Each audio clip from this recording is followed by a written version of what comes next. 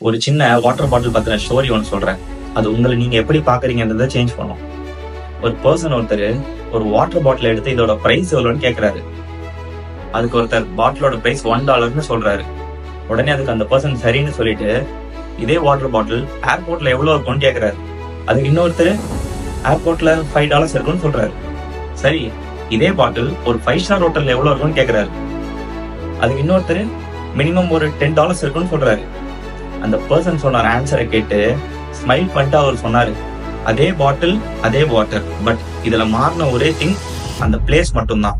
இதுல அந்த வாட்டரோட வேல்யூ மாறல, பட் அந்த வாட்டரோட வர்த் அது இருக்கிற இடத்த பொறுத்து மாறுது.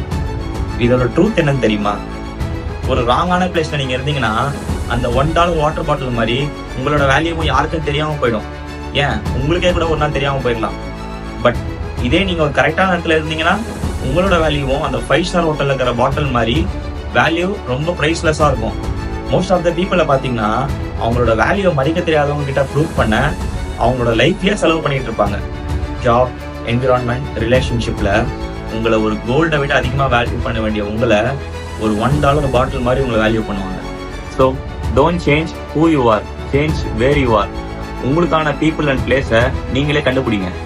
Because when you are in right environment, your value won't be recognized, it will be celebrated.